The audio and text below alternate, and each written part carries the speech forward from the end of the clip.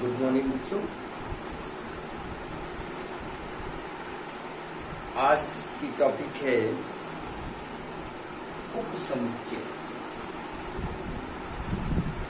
Class of first year mathematics के जितने भी स्टूडेंट हैं आप ध्यान दें, देखें। क्लास फर्स्ट ईयर आपकी टॉपिक है सबसेट उपसमुच्चय।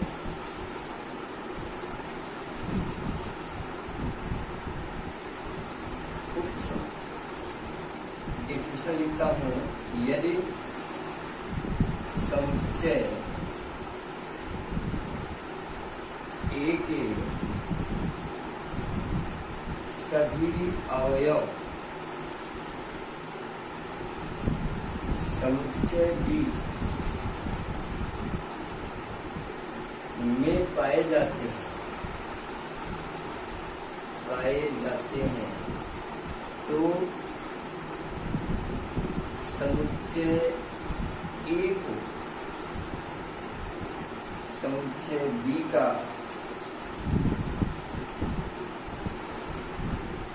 उपसमुच्चय कहते हैं। ये है डिफिनेशन। अब इसको एक्सप्लेन करने के लिए कोई भी दो समुच्चय आप कंसीडर कीजिए और देखिए कि क्या किसी एक समुच्चय के सारे अवयव दूसरे समुच्चय में हैं। यदि है तो पहला समुच्चय दूसरे समुच्चय का उपसमुच्चय सबसेट कहलाता है and is denoted by A subset B. ये हिंदी में इसको क्या पढ़ेंगे? ए उपसमुच्चय बी, ए बी का उपसमुच्चय। यहाँ ध्यान देने वाली दो बातें, जैसे मैंने एक एग्जाम्पल मैं आपको बताऊं, ए बराबर 1 2 3 4, बी बराबर 1 2 3 4 5, ऐसे मैंने तो ए के सारे अवयव बी में है, इसलिए ए इज सबसेट ऑफ बी। ध्यान देने वाली बात ये है, अगर मैं इस 5 को मिटा भी दूं, हटा दूं, इरेज कर दूं, तो भी ए के सारे अवयव बी में है। ऐसी स्थिति में भी ए बी का उपसमुच्चय है, इसीलिए यहाँ इक्वलिटी का एक मार्क लगता है। और दूसरी स्थिति यह है कि बी में एक अवयव या एक से अधिक अवयव ऐसे हो जो ए में ना हो, किंतु ए के सारे अवयव बी में हो। तो इसी स्थिति में परिभाषा थोड़ी चेंज होती है, उसे हम सबसेट के बजाय प्रॉपर सबसेट बोलते हैं, यानी उपसमुच्चय के बजाय उचित उपसमुच्चय बोलते हैं। अब अगर जैसे 5 मैंने लिखा, तो अब कम से कम एक अवयव बी में ऐसा है जो ए में नहीं है, तो ये उपसमुच्चय के साथ साथ एक और क्वालिटी होल्ड करता है, जिसे हम क्या कहेंगे? A is proper subset of B. ये हटा देंगे, इक्वलिटी का मार्क हो गया, यानी पढ़ेंगे A is proper subset of B, यानी ए बी का उचित उपसमुच्चय। कैसा उपसमुच्चय है? उचित उपसमुच्चय।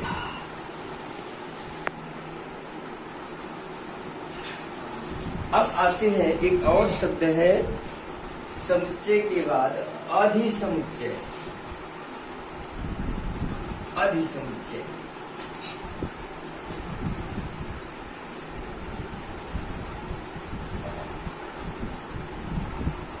अधिसमुच्चय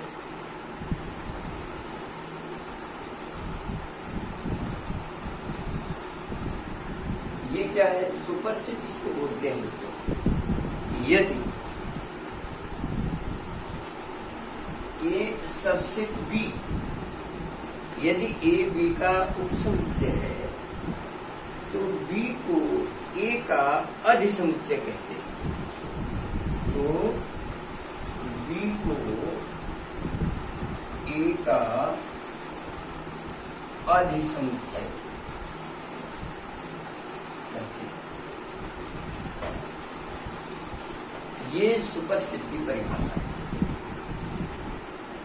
और प्रॉपर सेट की परिभाषा ये मैंने आपको बता दी कि यदि ए के सारे अवयव ए और बी दो समुच्चय इस प्रकार है कि ए के सारे अवयव बी में है किंतु बी में कम से कम एक अवयव ऐसा जो ए में ना हो, तो ए को बी का उचित उपसमुच्चय प्राप्त हो सकता। यानी आपने पढ़ा उपसमुच्चय क्या है, अधिसमुच्चय क्या है और उचित उपसमुच्चय क्या है। ये तीनों शब्द की जानकारी आपको दी। उपसमुच्चय क्या है? यदि किसी समुच्चय ए के सभी अवयव समुच्चय बी में पाए जाते हैं तो समुच्चय ए को समुच्चय बी का उपसमुच्चय कहते हैं। ये इस सबसे का सीधी सीधी। नंबर 2, यदि समुच्चय ए समुच्चय बी का उपसमुच्चय है तो समुच्चय बी को समुच्चय ए का अधिसमुच्चय कहते हैं।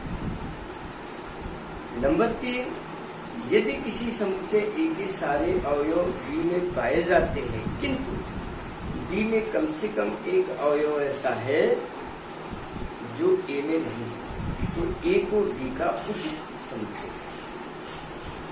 3 चीजें मैंने नोट, NOTE, नोट।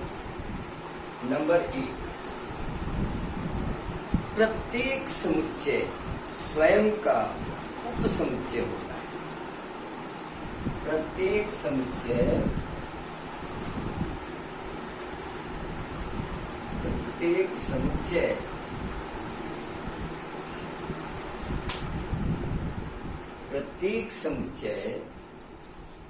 स्वयं का उपसमुच्चय होता है।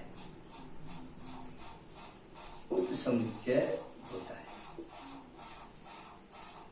होता है। ये पहला एक इंपॉर्टेंट नोट है आपका। Every set is subset of itself. Number 2, रिक्त समुच्चय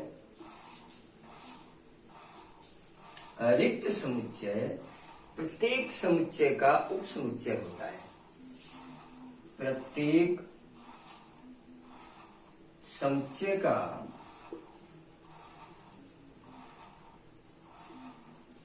उपसमुच्चय होता है।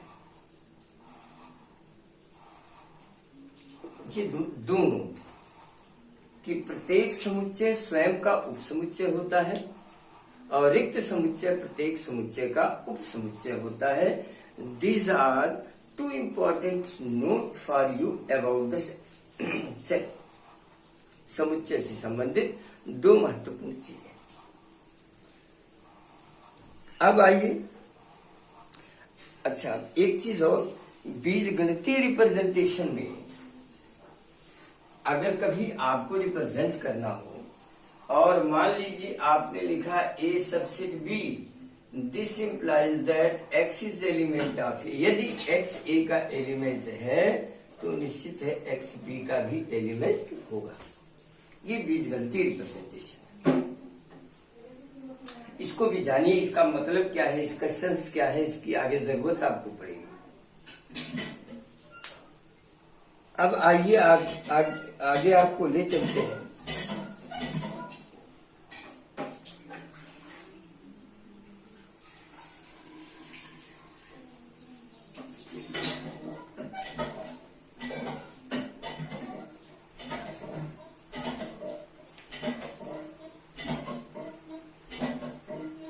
एक और है बच्चों, पावर ऑफ सेट, घात समुच्चय।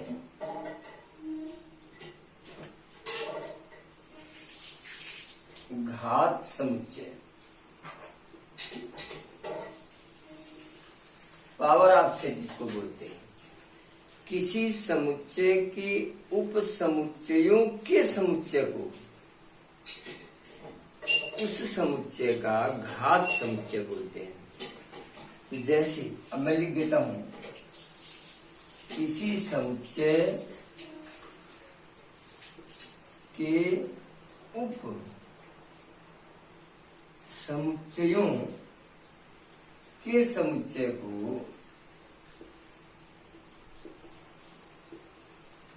घात समुच्चय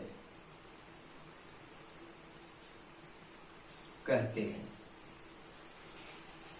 जैसे अगर हम कहें 1 2 3, इसके कितने उप समुच्चय बनेंगे? 1 2 बनेगा, 3 बनेगा, 1 2 बनेगा, 2 3 बनेगा, 1 3 बनेगा, 1 2 3 बनेगा और 5, 1 2 3 4 5 6 7 8 हो गए। अब इनका भी एक समुच्चय बना दिया जाए, पावर ऑफ सेट इसको बोलते हैं, PW। अब PA कह लीजिए, PA। अब ऐसे लिखेंगे, देखिए 1 2 3 1 2 2 3 1 3 1 2 3 and 5। This is power of set, घात समुच्चय। उप समुच्चय, अधिसमुच्चय, उचित उप समुच्चय और घात समुच्चय, ये 4 शब्द आपने आज डिफाइन किए, जिनकी जरूरत आपको पड़ती रहती है।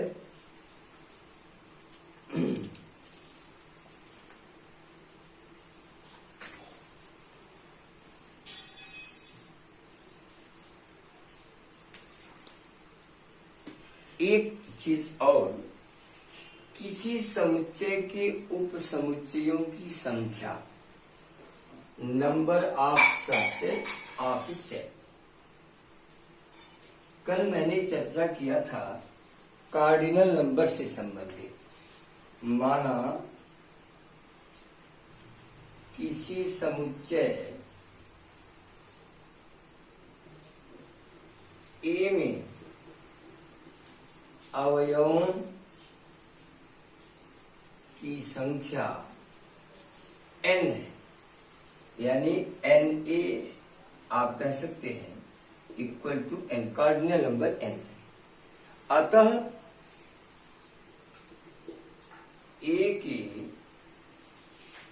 उप समुच्चयों की संख्या बराबर 2 to the power n होगी। ये है किसी समुच्चय के उप समुच्चयों की संख्या। जैसे अभी मैंने लिखा था एग्जाम्पल कि यदि a का मान 1 2 3 है, यानी इसमें कार्डिनल नंबर कितने हैं? 3 अवयव है, तो इसके कितने उप समुच्चय होंगे? इसलिए उप समुच्चयों की संख्या होगी 2 to the power 3 माने 8 उप समुच्चय इसके होंगे, जो मैंने आपको बताया भी, पीछे निकाल के दिखाया कि 8 क्या क्या बनते हैं, कैसे बनते हैं, कौन कौन से बनते हैं। तो इस तरह 8 समुच्चय आपके उप समुच्चय मिलेंगे।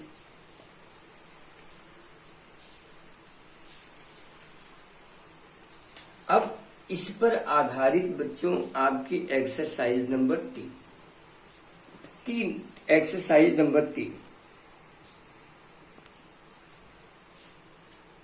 आइए चेक करते हैं।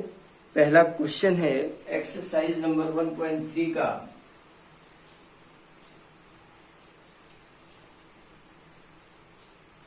रिक्त स्थानों की पूर्ति कीजिए और पूर्ति करने में सबसेट और नॉट सबसेट का फिलअप करना है। x is such that x एक सम प्राकृतिक संख्या है, एक समुच्चय है। x is such that x एक सम प्राकृतिक संख्या है। और b क्या है?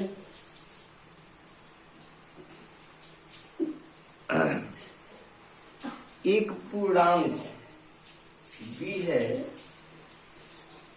x is such that x एक पूर्णांक। अब अगर आप गणितीय विवेचन करें तो समप्राकृतिक संख्याएं भी पूर्णांक होती हैं। ये धन पूर्णांक है और केवल पूर्णांक लिखा, इसमें सारे पूर्णांक आते हैं, positive integers, negative integers, zero integers सब आते हैं। तो ये जो समप्राकृतिक संख्याएं हैं ये भी तो इसमें हैं, और अगर हैं तो निश्चित रूप से ए सबसे बी, ये आप फिलअप करो, ए बी का उपसमुच्चय है। और इसी तरह देखिए तमाम दिया है, x is such that x एक स्वर है, अंग्रेजी वर्णमाला का एक अक्षर है। तो अब चाहे स्वर हो चाहे व्यंजन हो, वो सभी के सभी अंग्रेजी वर्णमाला के ही अक्षर है, इसलिए यहां भी आप क्या भरेंगे, सबसेट भरेंगे।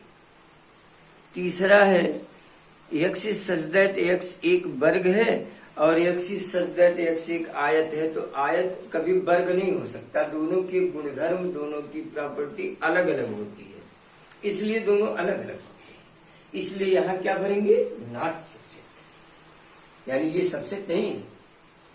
अगला सवाल है, ए बी सी और डॉट डॉट डॉट और ए, यानी अगला सवाल भी आपका सबसेट नहीं है। वो लिखा ही इस तरह है कि वो समुच्चय ही नहीं है, तो सबसेट होने का सवाल है। तो इस तरह सवाल नंबर 1 को आप आसानी से क्लासिफाई कर लेंगे। प्रश्न नंबर 2 पर आइए। निम्नलिखित समुच्चयों के सभी उपसमुच्चय को लिखो। देखिए पहला लिखा 5 में अगर हम ए बना लें तो कॉर्डिनल नंबर ए 0, क्योंकि इसमें कोई एलिमेंट नहीं होता है, इसलिए उपसमुच्चय कितने हुए, उपसमुच्चय कितना हो गया, 2 to the power 0 एक होगा। और वो कौन सा होगा, अब ये देखिए, ये एक उपसमुच्चय हुआ। दूसरा लिखा है ए बी, तो एन, इसको अगर हम बी बनाए तो एन बी का मान हो गया 2। तो उपसमुच्चय कितने हुए, उपसमुच्चय हो गए 2 to the power 2, 4 हो गया। अब 4 कौन कौन सा बनेगा, एक ए हो गया, बी हो गया, एक स्वयं ए बी हो गया और एक 5 हो गया। यहाँ पर वो दोनों कॉन्सेप्ट लागू है, प्रत्येक समुच्चय स्वयं का उपसमुच्चय होता है, दूसरा रिक्त समुच्चय प्रत्येक समुच्चय का उपसमुच्चय होता है। ये दोनों कॉन्सेप्ट लागू होते हैं, इसलिए 4 ये होगा, अन्यथा नहीं होगा। इस तरह आप प्रश्न नंबर 2 को भी कर ले जाएंगे। तो बहुत सारे प्रश्न हैं जिनको आप सुविधा पूर्वक कर लेंगे। प्रश्न नंबर 3 है, ए पुस्तकालय के सभी पुस्तकों का समुच्चय और बी गणित के सभी पुस्तकों का समुच्चय, इतिहास की सभी पुस्तक, भूगोल की। तो निम्नलिखित में संबंधों की सत्यता बताइए। सी सबसेट ए, देखिए पुस्तकालय में तो सारी पुस्तकें होंगी, निश्चित है। अगर ए है पुस्तकालय की सभी पुस्तकों का समुच्चय, तो उसमें गणित भी होगा, भूगोल भी होगा, इतिहास भी होगा, सब होगा। तो अब देखिए सी सबसेट ए सही है, सी सबसेट डी नहीं, गलत है, क्योंकि इतिहास के सभी समुच्चय और भूगोल ये दोनों 2 विषय हैं, इसलिए सी सबसेट डी गलत है। आप स्वविवेक से इसको डिस्कस करेंगे, ये कोई रटने वाली चीज नहीं कि हमने बता दिया नहीं नंबर 1 ये इतना होगा, नंबर 2 इतना होगा। आप स्वयं से डिस्कस कीजिए कि हाँ क्या ये पॉसिबल है, क्या ये संभव है। अगर संभव है तो ठीक, नहीं संभव है तो नहीं ठीक। जैसे अब देखिए अगला D subset A, B C D तीनों के तीनों ए के उपसमुच्चय हैं। ये जहां जहां लिखा है सब सही है, B subset A, C subset A, D subset A, लेकिन बाकी कोई भी संबंध सही नहीं है, इसलिए आप इसकी विवेचना इस आधार पर करेंगे। तो आपको होमवर्क दे रहा हूं, Exercise number 1.3. Try to solve the question of exercise number 1.3 and the total question is 16. आप इसे चेक करिए, चेक करके बताइए हमें आपको क्या आया क्या नहीं आया। आज मैंने आपको उपसमुच्चय पढ़ाया है। सबसे एक बार पुनः रिवाइज करा रहा हूँ। उपसमुच्चय की क्या परिभाषा है, उपसमुच्चय क्या है, अधिसमुच्चय क्या है, उचित उपसमुच्चय क्या है, घात समुच्चय क्या है और किसी समुच्चय के उपसमुच्चयों की संख्या क्या है। इतना आज मैंने आपको पढ़ाया, इतना आप तैयार करिए अच्छे से। एक्सरसाइज की जो प्रॉब्लम आप कर सकते हो करिए, शेष कर। Thank you.